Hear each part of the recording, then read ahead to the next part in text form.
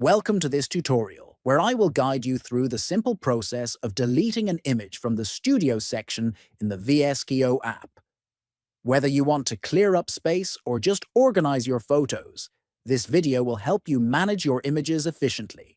First, open the VSCO app on your phone. Once the app is open, look towards the bottom and tap on the Studio icon. Then, scroll through and find the specific image you want to delete. Once you locate it, double-tap on the image to open it fully. After opening the image, look for the three dots icon at the bottom, right. Tap on these dots to open a menu with several options. In this menu, select the option labeled Delete. The app will then ask you to confirm this action.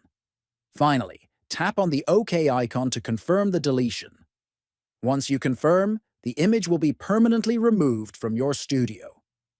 Keep in mind that deleting an image cannot be undone, so make sure you really want to delete the photo before confirming.